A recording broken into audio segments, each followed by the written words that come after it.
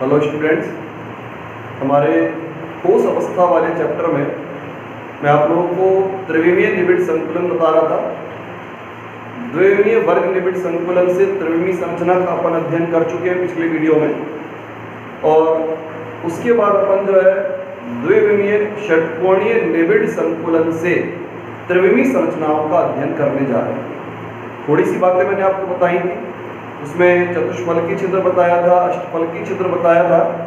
तो इसी बात को अपन एक बार रिवाइज करते हुए अपन आगे बढ़ते हैं। आपका आज का हमारा टॉपिक है द्विविमीय षटकोणीय निबिड़ संकुलन से त्रिविमीय संरचना की प्राप्ति। टॉपिक है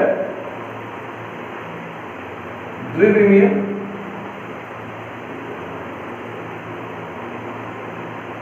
षटकोणीय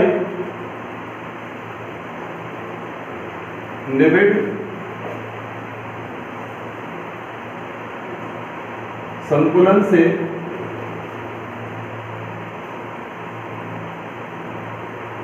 त्रिविमीय संरचना।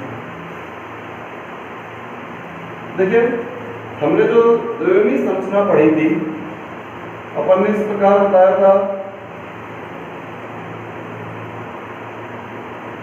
अवयवी कणों की पहली पंक्ति है,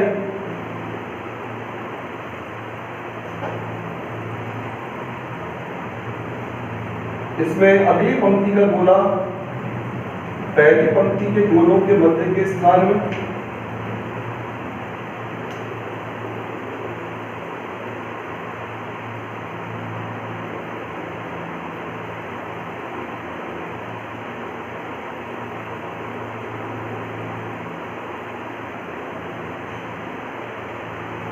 हर एक अगली पंक्ति का गोला पहले वाली पंक्ति के गोलों के मध्य के स्थान में आता है। यानी पहली लाइन, तीसरी लाइन, पांचवी लाइन, जो विषम लाइनें होती हैं उनके गोले एक सीध में आते हैं, और जो सम लाइनें होती हैं उनके गोले एक सीध में आते हैं। इसको हमने षटकोणीय निबिड़ संकुलन क्यों बताया था? जैसे अपन इस गोले को देखें, ये जो गोला आपको दिख रहा है, ये 6 गोलों से घिरा हुआ है, और इनका जब हम केंद्र मिलाते हैं तो बनी हुई आकृति होती है षटकोणीय आकृति, और इस षटकोणीय आकृति के बनने के कारण से हमने नाम दिया था षटकोणीय निबिड़ संकुलन। अब बेटा, जब तक ये संरचना आपकी द्विविमीय संरचना के रूप में रहती है, जब तक ये संरचना एक द्विविमीय संरचना के रूप में होती है, तब तक तो हम इन छिद्रों को, जो आप देख रहे हैं, इन छिद्रों को नाम देते हैं त्रिकोणीय छिद्र। जब तक संरचना द्विविमीय रूप में होती है तब तक कहलाते हैं छिद्र त्रिकोणीय छिद्र। लेकिन जब इसमें परत के ऊपर अगली परत को, परत के ऊपर अगली परत के गोले लगा करके उस संरचना को त्रिविमीय संरचना में परिवर्तित करते हैं, तो ये जो त्रिकोणीय छिद्र थे, ये जो है दो भागों में, ये दो प्रकार के छिद्रों का निर्माण करेंगे। एक कहलाता है चतुष्फलकीय, और एक कहलाता है अष्टफलकीय छिद्र। दो प्रकार के छिद्र बनते हैं त्रिविमीय संरचना में, चतुष्फलकीय और अष्टफलकीय।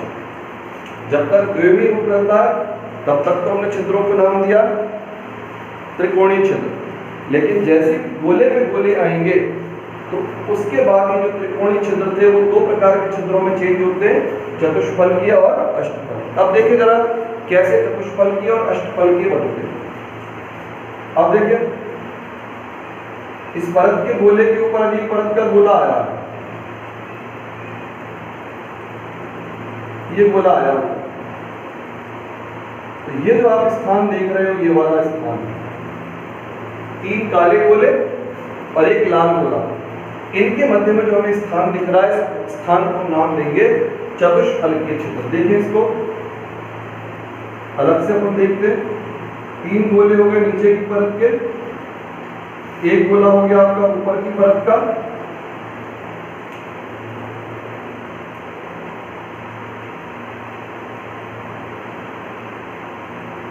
इस प्रकार। अच्छा, इसमें एक बात और ध्यान से देखना है आपको कि ऊपर की परत का जो गोला आता है वो इस छिद्र को तो पूर्ण रूप से ढक रहा है,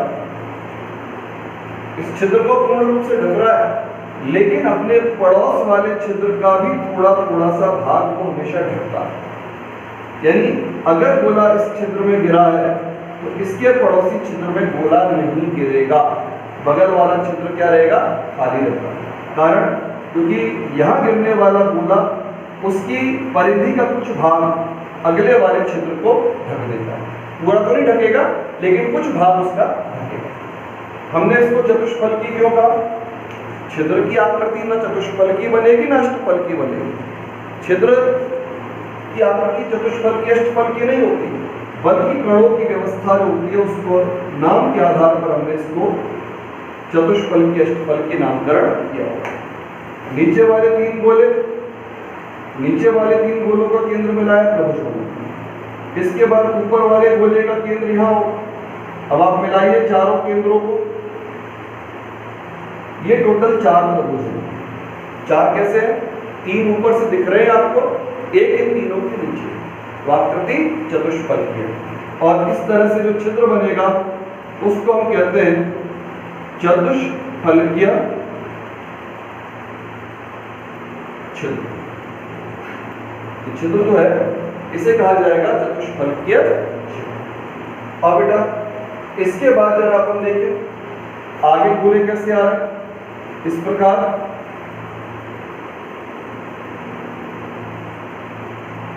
ये भी आपका एक चतुष्फलकीय छिद्र बना, ये वाला। अब एक गोला हमने यहां लगाया,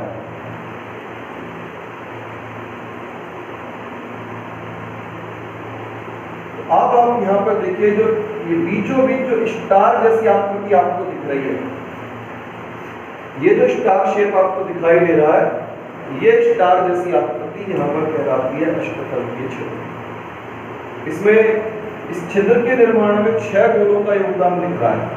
देखो मैं आपको अलग से स्पष्ट कर देता हूं। इसमें 3 काले गोले दिख रहे हैं, 1 2 और 3।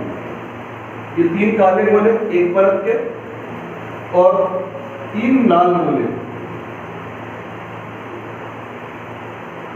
ये दूसरी परत के गोले।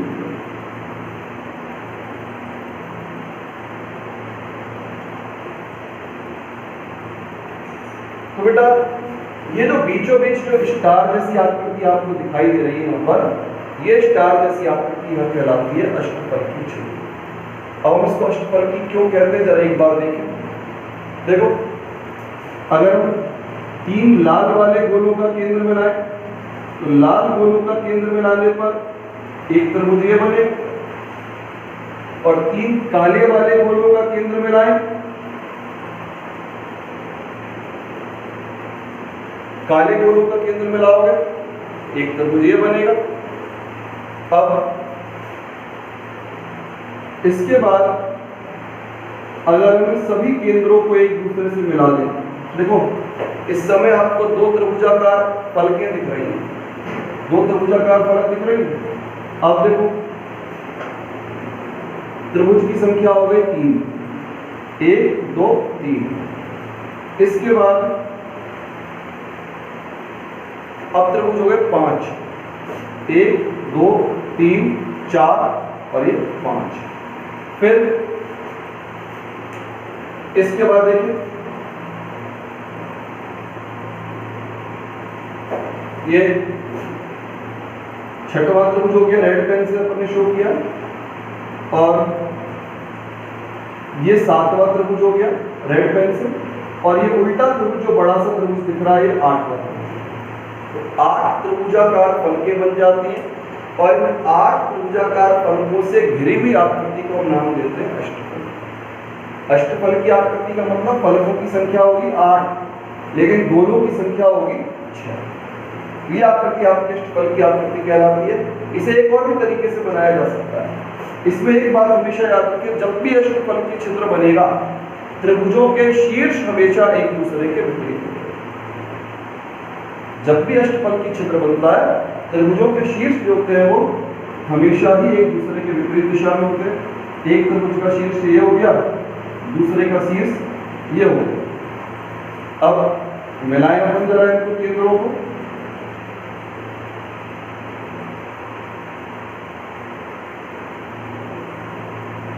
चार त्रिभुजाकार फलकें ऊपर बन चुकी है। चार त्रिभुजाकार, एक तो ये हो गई सामने की ओर, एक इसके जस्ट पीछे हो जाएगी दो, तीसरी हो गई, चौथी हो गई। ऐसे चार त्रिभुजाकार फलकें नीचे की ओर आ जाएंगी। तो ये भी अष्टफल की छिद्र को प्रदर्शित करेगा और ये भी अष्टफल की छिद्र को ही प्रदर्शित। तो 8 त्रिभुजाकार फलकों से घिरी हुई आकृति है, इसके कारण इसको हमने नाम दिया अष्टफल की आकृति, जिसके निर्माण में 6 कोणों का योगदान होता है। इन 6 कोणों के मध्य का जो रिक्त स्थान है उसको हम कहते हैं अष्टफल की छिद्र। अभी त्रिविमीय संरचना का जो निर्धारण है, त्रिविमीय संरचना का जो निर्धारण है वो अष्टफलकीय छिद्र के वो आपकी तीसरी परत के द्वारा किया जाता है। 2 परतों के द्वारा आकृति स्पष्ट नहीं होती। आकृति का निर्धारण करने वाली जो परत होती है वो तीसरी परत होती है। आकृति सदैव तीसरी परत के गोलों के द्वारा ही निर्धारित की जाती है। देखिए कैसे निर्धारित की जाती है।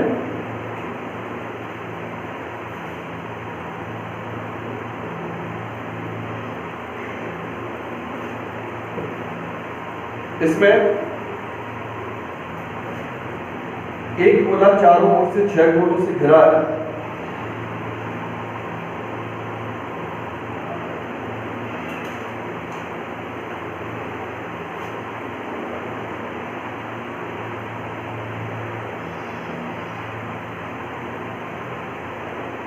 केंद्रीय गोला, उसके चारों तरफ के 6 गोले। हमने थोड़ा सा संरचना को स्पष्ट करने के लिए गोलों का आकार कर दिया छोटा और उनके बीच की दूरी को बढ़ा दिया। ये गोला चारों 6 गोलों के साथ साथ चारों ओर छिद्रों की संख्या भी 6 है। 1 2 3 4 5 और 6। वही 6 छिद्र आपको यहाँ दिखेंगे, 1 2 3 4 5 6। ये इस समय जो है इनको हम नाम देंगे त्रिकोणीय छिद्र। इस समय त्रिकोणीय छिद्र है क्योंकि संरचना इस समय द्विमीय संरचना है। अब देखिए ऊपर से दूसरी परत का गोला, ये आपका दूसरी परत का गोला है। जब गोला इस छिद्र में आएगा, 3 गोले नीचे की परत के, 1 गोला ऊपर की परत का, ये जो छिद्र बनेगा इस छिद्र को आप कहेंगे चतुष्फलकीय छिद्र। जब भी 3 गोले नीचे की परत के हो और 1 गोला ऊपर की परत से आए तो हम छिद्र को नाम देते हैं चतुष्फलकीय छिद्र।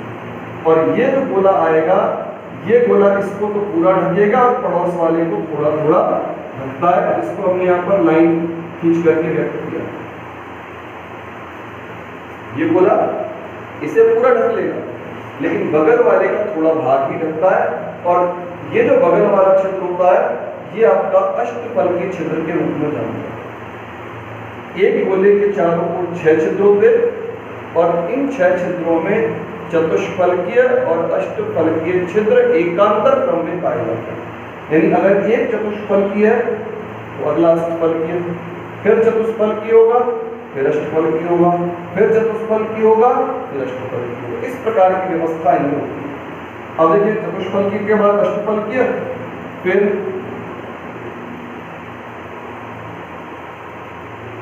ये चतुष्फलकीय हो जाएगा और ये भी चतुष्फलकीय होगा। ये आपकी दूसरी परत होगी। 2 परत हो गई इससे, और 2 परतों के कारण से यहाँ पर 2 तरह के छिद्र बनेंगे, चतुष्फलकीय छिद्र और अष्टफलकीय छिद्र। यहाँ गोले आएंगे, इस वाले छिद्र का थोड़ा थोड़ा भाग ढक करके यहाँ अष्टफलकीय छिद्र का निर्माण। अब इसमें संरचना क्या होगी, इसके आगे संरचना क्या होगी, उस संरचना का निर्धारण तीसरी परत के गोलों के माध्यम से किया जाएगा। अब बेटा तीसरी परत के गोलों के सामने 2 स्थितियां हैं। तीसरी परत के गोले नीचे से आएंगे ऊपर। 2 स्थितियां होती हैं, या तो वो चतुष्फलकीय छिद्रों पर स्थान प्राप्त करें, चतुष्फलकीय छिद्रों की तरफ जाएं, या फिर वो अष्टफलकीय छिद्रों की तरफ है। इसमें दो स्थितियों में हम पहली स्थिति को लेकर चल रहे हैं कि अगर तीसरी परत का गोला चतुष्फलकीय छिद्र में जाता हो, यहां तीसरी परत का गोला चतुष्फलकीय छिद्र में जाता है, ये हमारी पहली स्थिति। जब तीसरी परत का गोला चतुष्फलकीय छिद्र में जाएगा तो ये स्थिति उत्पन्न होगी।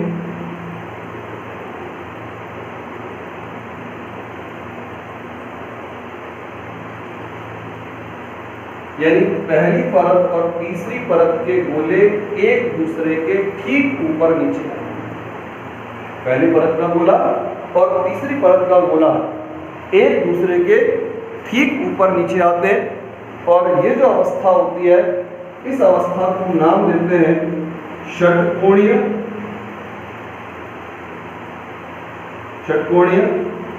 निविड़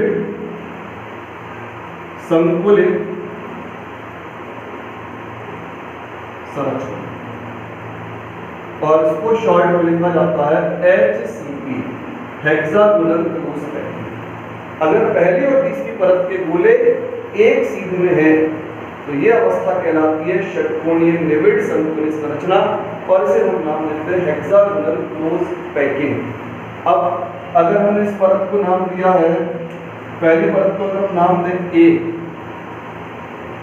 तो दूसरी परत होगी B, और तीसरी परत और पहली परत बिल्कुल ठीक ऊपर नीचे है तो A।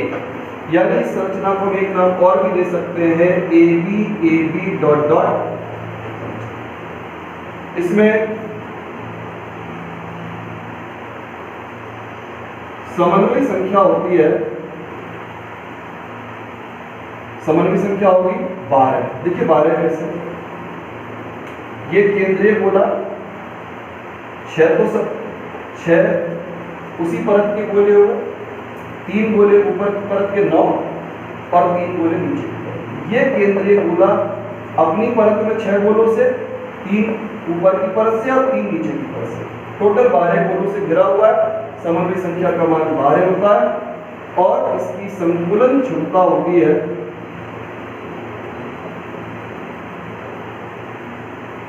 74%। संकुलन क्षमता 74%। एग्जाम्पल अगर हम देखें इसके तो बेरिलियम है, मैग्नीशियम है, हेलियम, जिरकोनियम आदि, इन तत्वों में इसी प्रकार की संरचना जो है। अब बेटा दूसरी स्थिति को अगर हम देखें, जरा दूसरी स्थिति पर विचार करते हैं। देखिए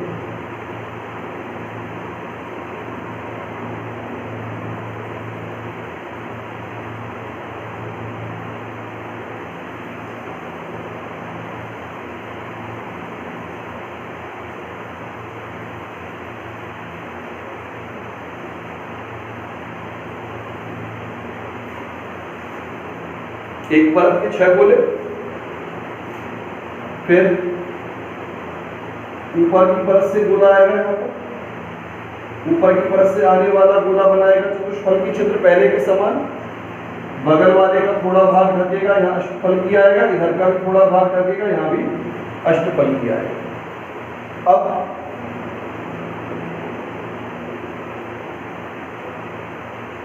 अगला गोला यहाँ गिरेगा चतुष्फलकीय छिद्र, इसका भी थोड़ा भाग रखेगा, इसका भी थोड़ा भाग रखेगा। ये लाइन वाले अष्टफलकीय छिद्र है और रिक्त वाले चतुष्फलकीय छिद्र। फिर यहां से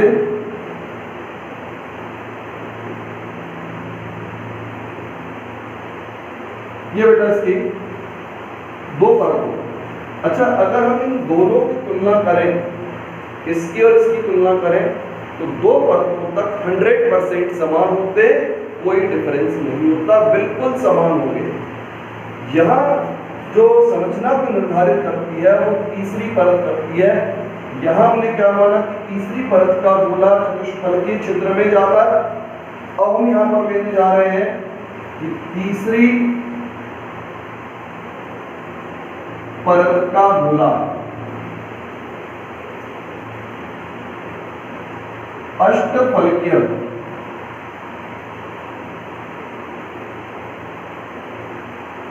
छिद्र पर जाता है। अगर तीसरी परत का गोला अष्टफलकीय छिद्र में जाए, यानी ये लाइन वाली जगह पर, तो अपने को अब क्या स्थिति दिखाई पड़ेगी?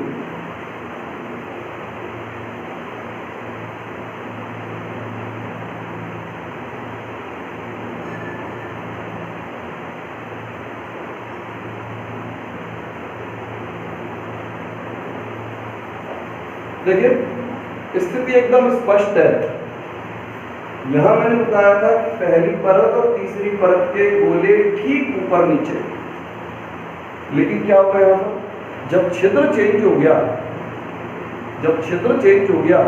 तो क्या अब पहली और तीसरी परत के गोले समान स्थिति में होंगे? बिल्कुल नहीं होंगे। जब समान स्थिति में नहीं होंगे, इसका अर्थ है संरचना बदल जाएगी, और इस बदली हुई संरचना को यहाँ पर नाम देते हैं फलक केंद्रित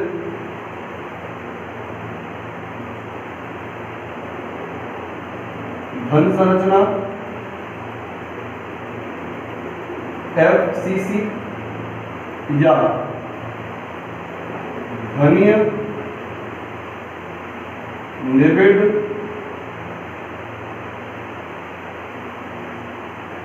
संकुलित संरचना। घनीय निबिड़ संकुलित संरचना, इसको कहा जाता है CCP। अब आप देखें, इसमें अगर हम परत को बोल रहे हैं A, अगर हम इसको कह रहे हैं परत A, तो ये परत हो जाएगी आपकी B। अब तीसरी परत समान स्थिति में तो है नहीं, जब समान स्थिति में नहीं है तो इसको मानेंगे परत C, यानी हम इसको कहेंगे ABC डॉट डॉट। यहां हमने नाम दिया था AB संरचना, और यहां हम इसको नाम देंगे ABC संरचना। अब इसमें समन्वय संख्या यहां भी 12 होगी। क्यों?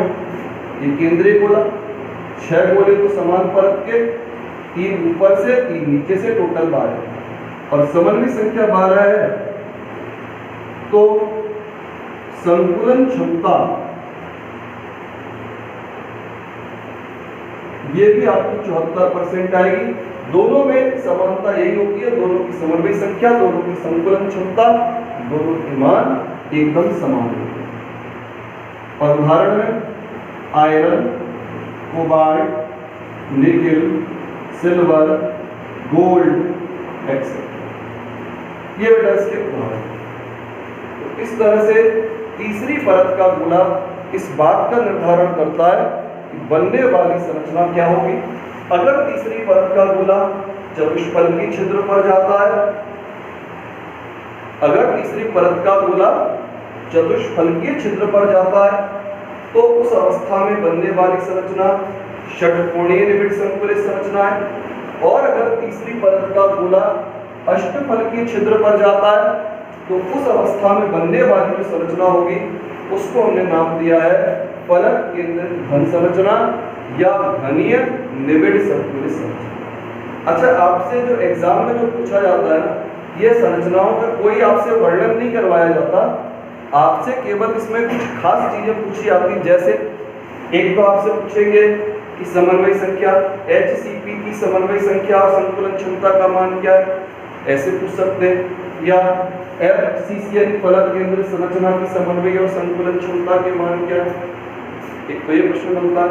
और इससे अगर ऊपर का प्रश्न बनाया भी जाए, अब तक इससे ऊपर प्रश्न नहीं आया, लेकिन अगर इससे ऊपर प्रश्न बनाया जाएगा तो प्रश्न क्या बनेगा, आपकी इन दोनों संरचनाओं में अंतर, षटकोणीय निबिड़ संकुलित संरचना में और फलक केंद्रित फलक केंद्रित घन संरचना में क्या अंतर होंगे।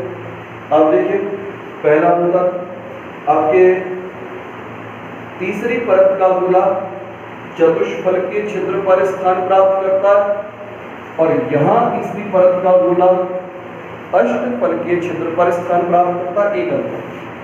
दूसरा अंतर, यहाँ पहली और तीसरी परत के गोले एक सीध में होते हैं, समान स्थितियों में होते हैं।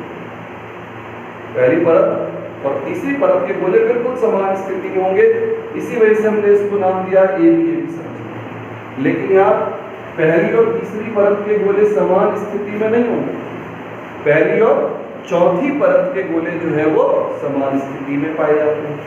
ये दूसरा हो गया। फिर बेटा इसमें हमको क्या दिख रहा है कि जो छिद्र ऊपर से भरता है वही छिद्र नीचे की ओर से भरता है। जो ऊपर से भरा है वो नीचे से भरा है, जो ऊपर से खाली वो नीचे से खाली। इसमें क्या दिखता है, या तो छिद्र ऊपर से भरेगा या फिर छिद्र नीचे से। इसमें एक ही छिद्र दोनों ओर से भरता था। इसमें अगर ऊपर से भरा है तो नीचे से खाली, और नीचे की ओर से भरा है तो ऊपर की ओर से खाली। तो ये आपको इस तरह से इसमें अंतर याद है। तो इस तरह हम यहाँ षटकोणीय निबिड़ संकुलित संरचना का अध्ययन कर सकते हैं। मतलब द्विमीय षटकोणीय निबिड़ संकुलित संरचना से त्रिविमीय संरचना को कैसे ज्ञात किया जा सकता है, कैसे बनाया जा सकता है, वो सारी बातें मैंने आपको यहाँ पर